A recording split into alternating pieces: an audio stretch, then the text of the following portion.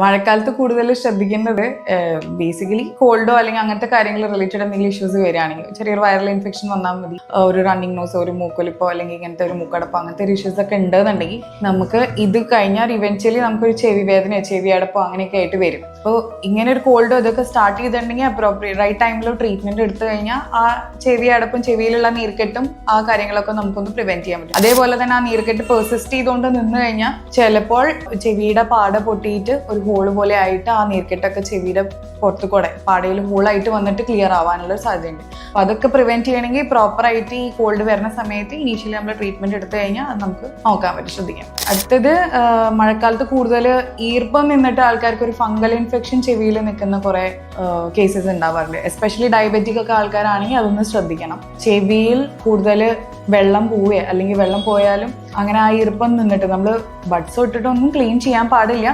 ചെറിയ വല്ല തുണി സോഫ്റ്റ് കോട്ടൺ ക്ലോത്ത് എന്തെങ്കിലും എടുത്തിട്ട് നമ്മൾ കുളി കഴിഞ്ഞാലും ഒന്ന് ജസ്റ്റ് റോൾ ചെയ്താലും കുഴപ്പമില്ല. അതല്ലാതെ ആ ഈർപ്പം നിൽക്കാതെ നമ്മളൊന്ന് ശ്രദ്ധിക്കണം, വെള്ളം ചെവിയിൽ കയറാതെ ശ്രദ്ധിക്കണം.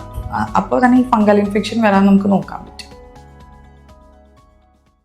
മഴക്കാലത്ത് കൂടുതൽ ശ്രദ്ധിക്കേണ്ടത് ബേസിക്കലി കോൾഡോ അല്ലെങ്കിൽ അങ്ങനത്തെ